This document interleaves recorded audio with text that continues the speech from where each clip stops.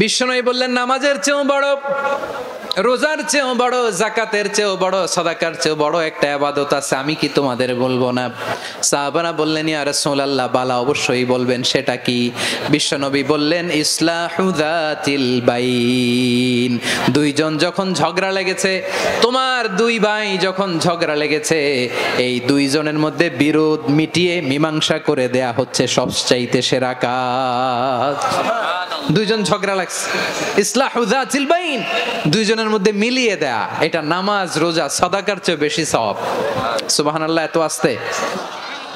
হ্যাঁ, তোমরাও মানো আমরাও মানি, সেটা হচ্ছে আল্লাহ ছাড়া আমরা কারো ইবাদত করব না, আমরা সবাই মিলে ইবাদত করি একজনের, তিনি কে?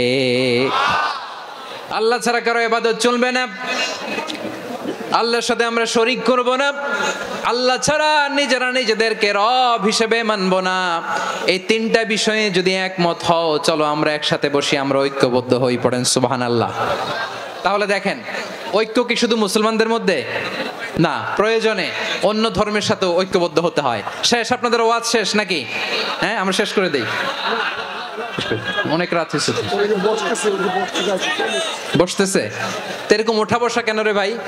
এজন্যই বড় মাহফিল গুলো পছন্দ হয় না। লক্ষ লক্ষ মানুষ আসবে, ওঠা বসা, ধাক্কা ধাক্কি, মারা মারি, পুরো মাইন্ডসেটটাই নষ্ট করে দেয়। আল্লাহর ওয়াস্তে করে বলার পরও এরপরে উঠতেছে, দাঁড়াচ্ছে। কে বলছে আপনাদেরকে 2 দিন আগে আসতে? রাতে মাহফিল বা দুপুরে মাহফিল, সকালবেলা চলে আসবেন, দুপুরে চলে আসবেন, জায়গা নাই পিছনে একটু দেখে চলে যাবেন। এই যে আগামীকালই তো এটা ইউটিউবে চলে যাবে, এই যে মুনকার নাকির কিরামান কাতিবিন, শত শত হাজার হাজার চলে আসছে, এরা রেকর্ড করে কালকে ছেড়ে দিবে, পেয়ে যাবেন। তো এইখানে ধাক্কা ধাক্কি, মারামারি, ওঠা বসা, এটা ঠিক না। নিয়ম হচ্ছে যারা আসছেন শেষ পর্যন্ত বসে থাকবেন। এটা কোরআনের মাহফিল, কোরআনের মাহফিলের কোনো আদবই আমরা রক্ষা করতে পারিনি। আল্লাহ আমাদেরকে মাফ করুক, আল্লাহ ক্ষমা করুক। ধাক্কা ধাক্কি, মারামারি করে, ওঠা বসা করে মাহফিলের সৌন্দর্য আমরা নষ্ট করে দিচ্ছি। আল্লাহর রাস্তায় আর কয়েকটা মিনিট বসেন। আমি মনে করতেছি এই কথাগুলো খুব গুরুত্বপূর্ণ। মাত্র আর 2-1টা কথা বলে আমি শেষ করে দেবো ইনশাআল্লাহ, আর দেরি করবো না। 2-1 মিনিট একটু বসেন, একটু বসেন মেহেরবানি করে। প্রিয় ভাইরা, ঐক্য, আমার দিকে তাকান। আল্লাহর ওয়াস্তে মুখ দিয়ে একটা আওয়াজ উচ্চারণ করবেন না, আল্লাহর ওয়াস্তে। চলে যেতে চাইলে চলে যান।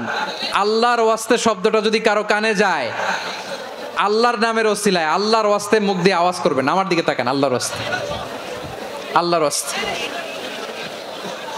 যদি পরিস্থিতি কখনো এমনও হয় শিরকের আড্ডাখানা, আপনি ঐক্য প্রতিষ্ঠার জন্য, ঐক্য রক্ষার জন্য তাও শুধু তাওহীদের দাওয়াত দিবেন, ওইখানে আক্রমণ করবেন না। এটা কোরআনের নীতি। কথা বুঝতে পেরেছেন? সামনে শিরকের কি কথা কয় না, শিরকের কি আড্ডাখানা, আখড়া। কিন্তু ঐক্য বজায় রাখার জন্য, গৃহযুদ্ধ এড়ানোর জন্য আপনি শুধু এটা যে শিরক, এটা হারাম, এটা থেকে তোমরা বেঁচে থাকো, শুধু দাওয়াত দিবেন, আপনি আক্রমণ করবেন না। এটা কোরআনের বিধান। সুবহানাল্লাহ কইবেন না? তো এই চমৎকার ঘটনাগুলো আপনারা শোনাইতে পারবো এরকম বিশৃঙ্খলা করলে। মুসা আলাইহিস সালাম আল্লাহর সাথে সরাসরি কথা বলতেন। ওয়াকাল্লামাল্লাহু মুসা তাকলিমা। সুবহানাল্লাহ পড়েন, আওয়াজ তুলে সবাই বলেন সুবহানাল্লাহ। এখন বনি ইসরাইল হচ্ছে পৃথিবীর সবচেয়ে গোয়ার জাতি। তারা বলে, মুসা তুমি যে আল্লাহর সাথে কথা বলো আমরা তো দেখি না, তুমি যে কথা বলো আমরা তো শুনি না, তো কি করতে হবে? বনি ইসরাইল বলে, আমাদের মধ্য থেকে 70 জন নিয়ে যাইতে হবে তুর পাহাড়ে। ওরা আয়েশা যদি কয় হয় আমরা শুনছি, তাহলে বিশ্বাস করব। কত বড় ডাকাত দেখছেন বনি ইসরাইল। এদের চেয়ে গোয়ার জাতি নাই। এত গোয়ার তুমি করেছে মুসা আলাইহিস সালামের সাথে। তুমি যে আল্লাহর সাথে কথা বলে আমরা তো দেখি, কি করব? 70 জন আমাদের বন্ধু বান্ধব যে যদি দেখে, তারা বললে ওকে আস, 70 জন আস। 70 জন নিয়ে গেল। মুসা আলাইহিস সালাম হারুন আলাইহিস সালামকে খেলাফা দিয়ে গেলেন, আল্লাহ ওনাকে নবী বানালেন। মুসা আলাইহিস সালাম বললেন, হারুন খবরদার, বনি ইসরাইলের মধ্যে তাওহীদের বাণী প্রচার করবা, ঐক্য ধরে রাখবা, বিচ্ছিন্ন হতে দিবা না। চলে গেছে। এইদিকে বনি ইসরাইলের এক দুষ্ট লোক ছিল, নাম সামিরি। কি নাম? সামিরি। সে সবাইরে বলল তোমাদের স্বর্ণগুলো ফালাও। স্বর্ণগুলো ফেললো। বনি ইসরাইলের স্বর্ণগুলোকে গলিয়ে সে একটা গরুর বাচ্চা বানালো, গোবৎস। কিসের বাচ্চা?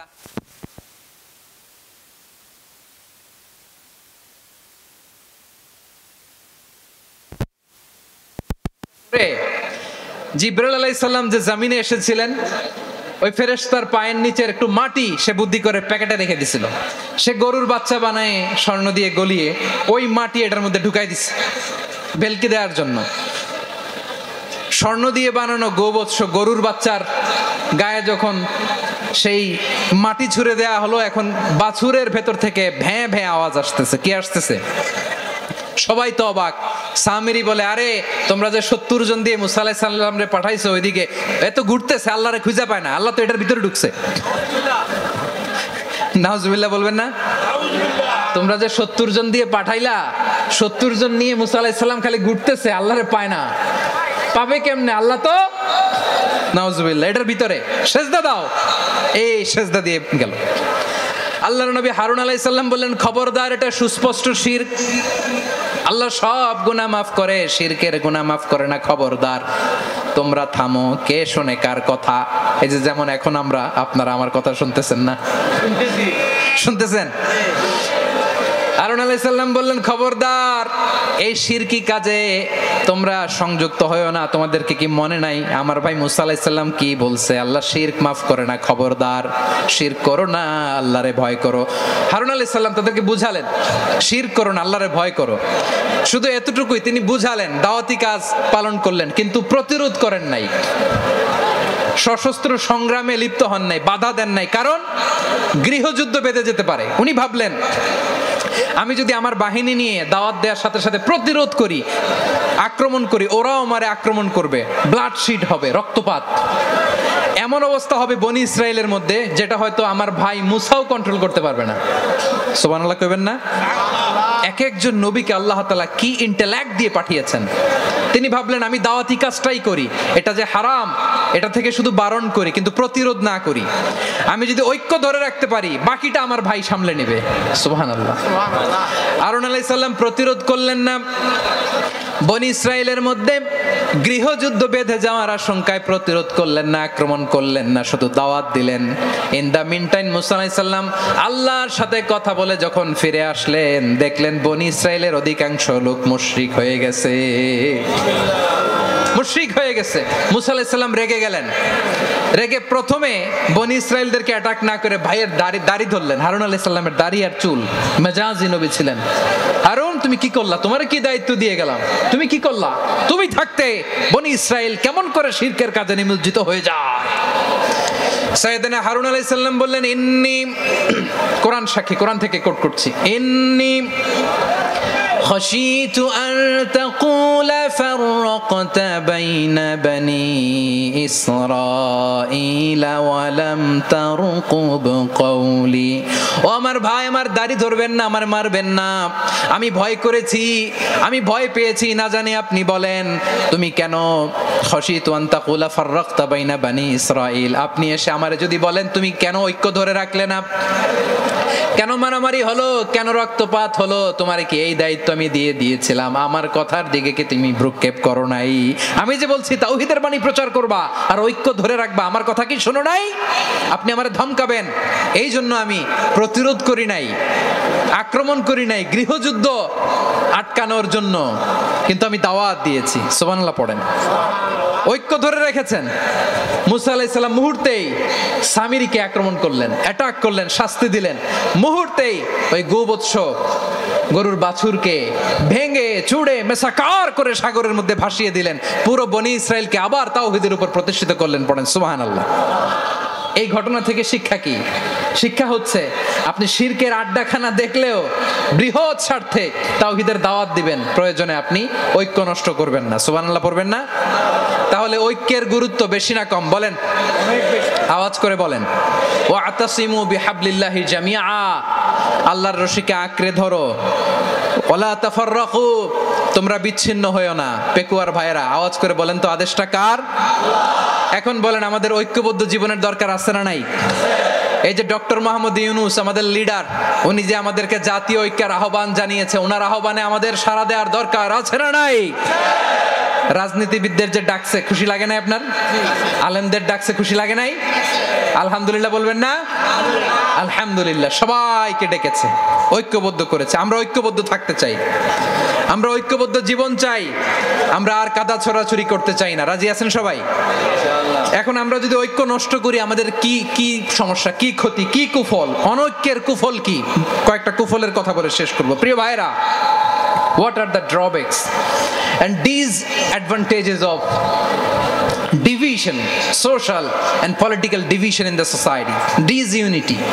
আমরা যদি বিচ্ছিন্ন হই, একে অপরের যদি মারামারি করি, একজন যদি আরেকজনের কাফের ফতোয়া দেয়, আমাদের কি ক্ষতি?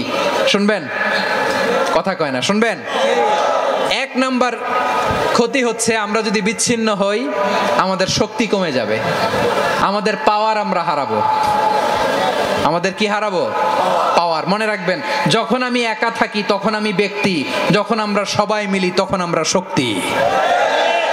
এই শক্তি নিয়ে আমাদের সামনে এগিয়ে যাওয়ার দরকার আছে না নাই? তাহলে আমরা যদি নিজেরা বিরোধে লিপ্ত হই আমাদের ক্ষমতা, পাওয়ার ছুটে যাবে।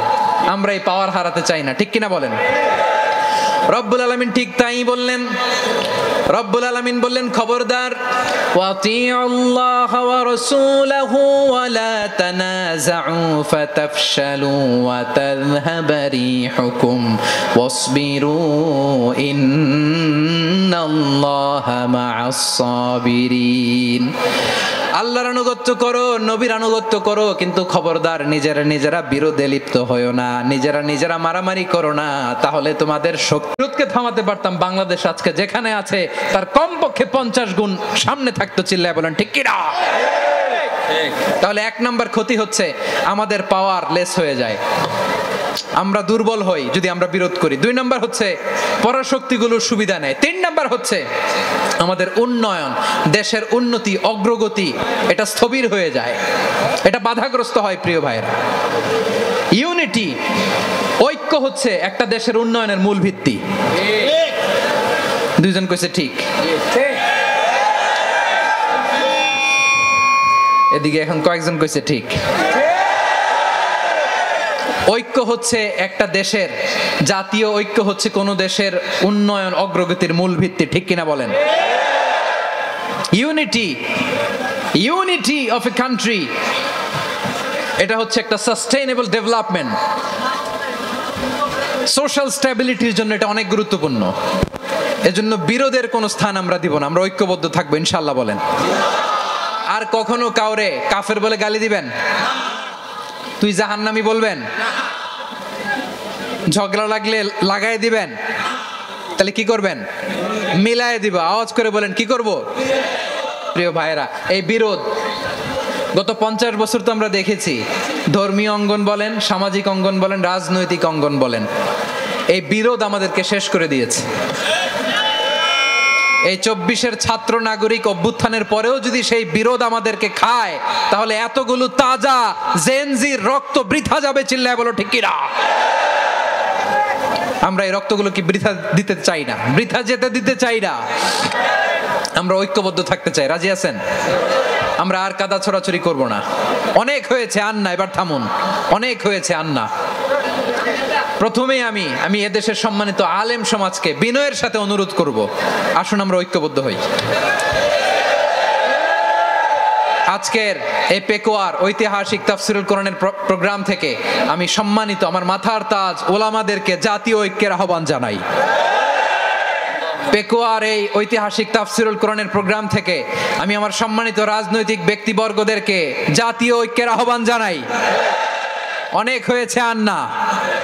আধিপত্যবাদকে রুখে দিতে হলে, বাংলাদেশের বিরুদ্ধে যে কোনো ধরনের ষড়যন্ত্রকে রুখে দিতে হলে জাতীয় ঐক্যের কোনো বিকল্প নাই। চিল্লায় বলো ঠিক কি না?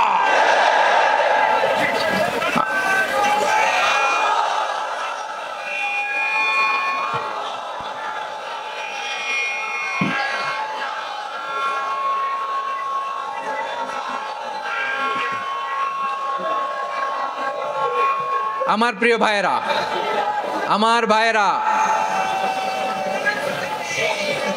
আর কাদা ছড়াছড়ি করব না ইনশাআল্লাহ বলেন। আল্লাহুম্মা ফারশাদ। আল্লাহ তুমি সাক্ষী থাকো, আল্লাহ তুমি তৌফিক দাও। আওয়াজ করে পড়েন আমিন। আর একে অন্যকে কাফির বলে গালি দিব না, ঠিক কিনা বলেন? রাজি আছেন? ধ্বংস করে দিয়েছে আমরা আমাদেরকে। আপনারা হালাকু খানের নাম শুনেছেন? মঙ্গল অধিপতি হালাকু খান বাগদাদের আমাদের বিশাল দারুল হেকমা লাইব্রেরিকে ধ্বংস করেছে। 10 লক্ষ মুসলমানদেরকে কচুকাটা করে গণহত্যা করেছে। জানেন, আমাদের সভ্যতা সূতিকাগারের কেন্দ্রবিন্দু ছিল বাগদাদ। ইরাকের বাগদাদে যেদিন সে রক্ত নিয়ে হোলি খেলা করে, রক্তের হোলি খেলা যেদিন হয়, ওই দিনও বাগদাদে বাহাস চলতেছিল। আমাদের বাহাস কি চলতেছিল? আপনাদের এলাকায় বাহাস আছে? এই প্রচলিত বাংলাদেশে যে বাহাস, এটার সাথে ইসলামের কোনো সম্পর্ক আছে? এই পর্যন্ত বাহাসের পরে পরাজয় বরণ করছে এরকম কোন দল আপনারা পাইছেন? আমি পাই নাই।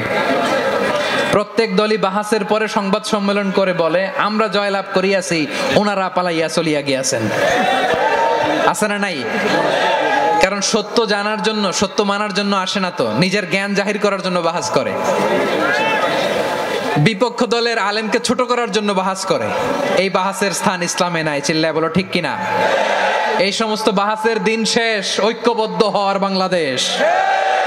প্রিয় ভাইরা, হালাকু খান সে দারুল হেকমা লাইব্রেরি জ্বালিয়ে পুড়িয়ে এই সব দামি দামি বইগুলো, আমাদের দামি দামি ঐতিহাসিক তুরাসি ক্লাসিক বইগুলোকে দজলা নদীতে ফেলেছে।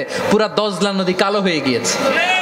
10 লক্ষ মুসলমানকে গণহত্যা চালিয়ে এই রক্তের বন্যা যখন দজলা নদীর পানিতে মিশে গিয়েছে, দজলা নদীর পানি লাল হয়ে গিয়েছে। যেই দিন বাগদাদে গণহত্যা চলে, ওই দিনও বাগদাদে বাহাস চলতেছিল। কিসের বাহাস জানেন? মেসওয়াক, ডান মারি থেকে করা সুন্নাহ, এটা আমরা জানি। এখন কি উপরের মারি না নিচের মারি? বাহাসের বিষয়। এই বাহাস করবেন আপনারা? বিশ্ব যখন এগিয়ে চলেছে, আমরা তখন বসে বিবি তালাকের ফতুয়া খুঁজেছি কোরআন হাদিস চষে। তালাক ইসলামের অনেক গুরুত্বপূর্ণ অনুষঙ্গ। তালাক কোরআনের একটা সূরা। কিভাবে তালাক হবে না হবে আমাদের ফোকাহায়ে একরাম, আমাদের আকাবেররা সব বলে গিয়েছেন, সব জানা। আপনি হয় এটা মানবেন, নয় ওইটা নিয়ে বাহাসের দরকার নাই। ওইটা নিয়ে মারামারির স্থান ইসলামে নাই। আওয়াজ করে বলেন ঠিক কিনা? এখন পেকুয়ার ভাইরা, শেষ কথা বলি, আওয়াজ করে বলেন আমরা ঐক্যবদ্ধ হতে চাই কি চাই না? চান? এই যে আমি বিনয়ের সাথে আলেম সমাজকে জাতীয় ঐক্যের আহ্বান জানালাম, এটার সাথে আপনারা সংহতি প্রকাশ করেছেন? বিনয়ের সাথে আজকের এই পেকুয়ার ময়দান থেকে আমাদের রাজনৈতিক নেতৃবৃন্দদেরকে জাতীয় ঐক্যের আহ্বান জানাই, আপনারা সংহতি প্রকাশ করেছেন? এখন এটা রোড ম্যাপ কি, কিভাবে আমরা ঐক্য প্রক্রিয়াতে এগিয়ে যাব? শেষ কথা বলি, একেবারে সহজ। আমাদের ওলামা মাশায়েখদেরকে, আমার মাথার তাজ, তাদেরকে আমরা বলি, এই যে আমরা ঐক্যবদ্ধ হই নাই, আমরা কি বড় কিছু অর্জন করে ফেলছি? বলেন, আমরা কি খুব পাওয়ার সম্মানের জায়গায় আছি? খুব স্ট্রেংথের জায়গায় আছি? তো কিছুই তো নাই। আপনি ঐক্যবদ্ধ হইলে সমস্যা কোথায়? এমন তো না ঐক্যবদ্ধ না হওয়ার কারণে এতদিন আপনার অনেক কিছু ছিল, ঐক্যবদ্ধ হলে আপনি হারাবেন, এমন তো না। তো কিছুই যেহেতু আপনার নাই, আমার নাই, ঐক্যবদ্ধ হলে আমরা সমস্যা কোথায়? ঐক্যবদ্ধ হয়েই দেখি না, ঠিক কিনা? ঐক্যবদ্ধ হওয়ার দুইটা ওয়ে। রাজনৈতিক ঐক্য কিভাবে হবে? রাজনৈতিক সম্মানিত নেতারা ঠিক করবেন। আলেমরা কিভাবে ঐক্যবদ্ধ হবেন? শেষ কথা বলে শেষ করছি, খুব গুরুত্বপূর্ণ। This is the punching line. এদিকে তাকান। ঐক্য হবে দুইটা পদ্ধতিতে। একটা হচ্ছে কমন গ্রাউন্ড নিয়ে, বেসড অন কমন গ্রাউন্ড। যেমন ধরেন, আমরা নামাজ কায়েম করতে চাই, জামাত ইসলাম এই কথার উপর একমত আছে না নাই? নামাজ কায়েম হোক, একমত না জামাত ইসলাম? হেফাজত একমত না? ইসলামী আন্দোলন একমত না? তাবলীগের ভাইয়েরা একমত না? পীরের মুরিদেরা একমত না? আপামর তাওহীদি মুসলিম জনতা একমত না? তাহলে নামাজ কায়েম করতে হবে। নামাজ কায়েম করতে হবে, এই কমন গ্রাউন্ডে আমরা সবাই একমত, ঠিক কিনা? যাকাত আদায় করতে হবে, সবাই একমত, ঠিক কিনা? কথা নাই, কথা নাই। যাকাত আদায় করতে হবে, সবাই একমত, ঠিক কিনা? নারীদের পর্দা করতে হবে, শালীন পোশাক পরতে হবে, একমত সবাই, ঠিক কিনা? বৈষম্য বিরোধী বাংলাদেশ চাই, সবাই একমত, ঠিক কিনা? Meritocracy, meritocracy. আর কোন মামা চাচার ফোনে পদ দিলে হবে না, মেধার ভিত্তিতে সবগুলো পদ ঠিক করতে হবে। চিল্লায় বলো ঠিক কিনা? আমরা একমত না? স্বাধীনতা সার্বভৌমত্বের প্রশ্নে আমরা সবাই একমত, ঠিক কিনা? আমার নবীরে গালি দিলে রাষ্ট্রীয়ভাবে সর্বোচ্চ শাস্তি তার নিশ্চিত করতে হবে, ঠিক কিনা? এরকম 10টা কমন গ্রাউন্ড আমাদেরকে 1 2 3 4 5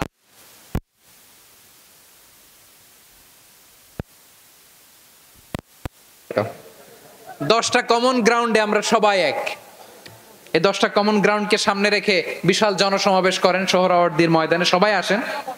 জামাত ইসলাম, হেফাজতে ইসলাম, ইসলামী আন্দোলন, পীরের মুরিদ, তাবলিগ, খেলাফত মজলিস সবাই একসাথে হন, তাহলে সবাই জানবে যে এই 10টা বিষয়ে আমরা একমত। বলেন, এই ঐক্যতে আপনার দরবার যাবে? দরবার নষ্ট হবে? আপনার দল নষ্ট হবে? আপনার আকীদা নষ্ট হবে? না। আমার মাথার তাজ সম্মানিত উলামায়ে একরাম, এই 10টা কমন গ্রাউন্ডে যদি এক হন, আপনার আকীদা নষ্ট হবে? আপনার আকীদা আপনার, আমার আকীদা আমার, আপনার দল আপনার, আমার দল আমার, আপনার পলিসি আপনার, আমার পলিসি আমার, কারো কিছু নষ্ট হবে না। কিন্তু যে বিষয়ে আমরা সবাই একমত, এরকম 10টা মৌলিক পয়েন্টে আমরা একমত হতে চাই কি চাই না? একমত হন।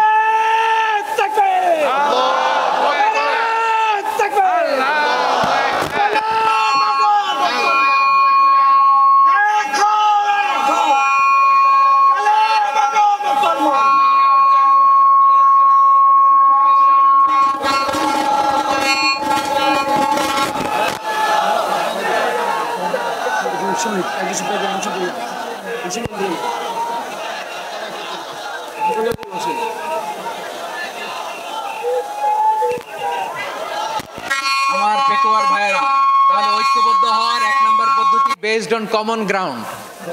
কমন গ্রাউন্ড, এতে কারো কোনো লস নাই, কারো কোনো ছাড়ও দেয়া লাগবে না, কারো দরবারও যাবে না, কারো দলও নষ্ট হবে না, কারো আকীদাও নষ্ট হবে না। আমার আকীদা আমার, আমার দল আমার, আমার সব ঠিক আছে। শুধু এই বিষয়ে আমি একমত, তুমি একমত, তুমি একমত, তো আমরা সবাই একসাথে বসে জানান দেই যেগুলোতে আমরা একমত। শোডাউন করি। বাংলাদেশের যে কোনো মহাসমাবেশকে সেই দিনের মহাসমাবেশ ছাড়িয়ে যাবে। চিল্লায় বলো ঠিক কিনা? এরপর জেলায় জেলায় বিভাগীয় বিভাগীয় আপনারা ওয়ার্কশপ করেন, সেমিনার করেন, আইস ব্রেকিং প্রোগ্রাম করেন। এইভাবে আমাদেরকে আগাতে হবে। তাহলে number 1 common ground based. Number 2 issue based, issue ভিত্তিক ঐক্য। যখনই জরুরি কোনো ইস্যু আসবে আমরা ঐক্যবদ্ধ হব। রাজি আছেন সবাই? সবাই রাজি আছেন? আল্লাহ তাআলা আমাদের সবাইকে ঐক্যবদ্ধ জীবন ধারণের তৌফিক দান করুক, আমরা পড়ি আমিন। আজকের এই তাফসীর প্রোগ্রামকে আল্লাহ কবুল করুক, আমরা পড়ি আমিন। এই যে আমাদের যে ভাইরা এই 24-এর ছাত্র নাগরিক অভ্যুত্থানে শহীদ হলো, আল্লাহ তাদের শাহাদাতকে কবুল করুক, আমরা পড়ি আমিন। এই আপনাদের ঐক্যবদ্ধ হওয়ার নমুনা। বসেন। এটা কি আদব হয়েছে? আদব? আমি উঠছি, আমি না উঠলে আপনারা উঠতে পারবেন?